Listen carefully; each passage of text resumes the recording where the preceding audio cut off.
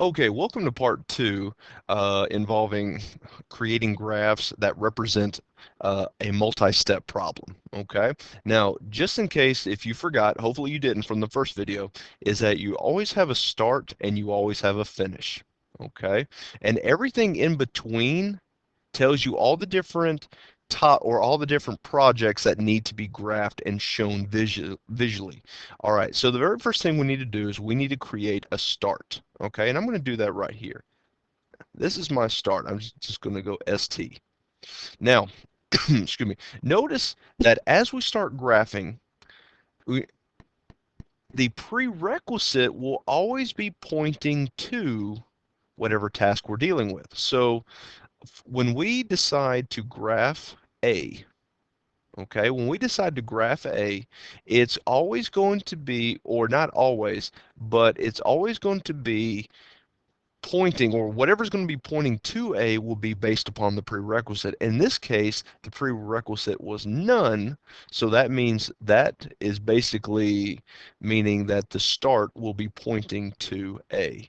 Okay, now also notice that this arrow here that I just drew another arrow to, that represents the arrow that will show starts time. Okay, now if you notice in your uh, chart here, start has a time of 0, so that means I'm going to put a 0 right here.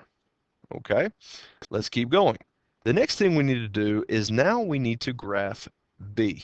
Okay, notice the prerequisite. Prerequisite is A, so that means there's going to be an arrow from A pointing to B. So an arrow from A pointing to B. Now, going back to this last video, there is really no set standard on how these graphs are going to look as long as you have the connections correct. All right, so we drew an arrow from A, so that's going to be A's arrow, and so I'm going to put A's time, which is 3 on that. And feel free to pause this video anytime you like to just go ahead and get ahead of me and then just check your work as you're going through.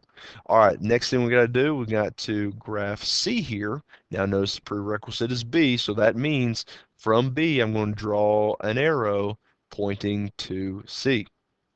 Okay, now this arrow from B is B's arrow, so it's going to have B's time on it, which is a 10.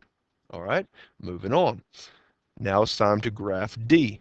Well, if you notice, the prerequisite from D is A, so that means A is going to have another arrow, and I draw this anywhere. You can draw this up top, down low, it doesn't matter as long as you show the information. So I'm going to spur from A, and I'm going to make this a D because that's the prerequisite. Now, the if you notice, there's another arrow coming off of A, so that's going to have A's time attached to it, which is a 3. All right, now we're continuing to move on. Now it's time to graph E. Prerequisite is D. Okay, so D needs to spur out, and we need to make an E here. Okay, that's D's arrow, so it's going to have D's time, which is 2. All right, moving on. It's time to graph F, but if you notice, F has 2 prerequisites, C and D, so that means C and D are going to be pointing to F. So C and D are going to be pointing to F here, and so F goes here. Now this is D's arrow, so the 2 is going to go here, but this is C's arrow, so that means this is going to be a 4. Now it's time for G. Now notice G has E and F, all right? So E and F, they're going to be pointing to G. There you go.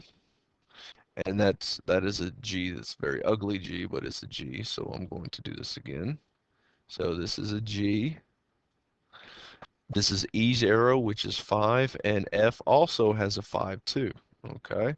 The last one is going to be H, and it has G and H, or I'm sorry, G and F. So that means from G and F, right here, right here. Remember, you can draw it any way you want to as long as you display the information correctly. So there's my H. This is G's arrow. I'm going to put an 8 on top of that. And then F, I'm going to put, that's another one. That's going to be a 5. And then we're done, except for the finish. So remember, you always have to graph a finish. Now I'm kind of running out of room here, so I'm going to put this as a small arrow, which is okay. And so I got to write finish here. I'm just going to write fin because I ran out of room.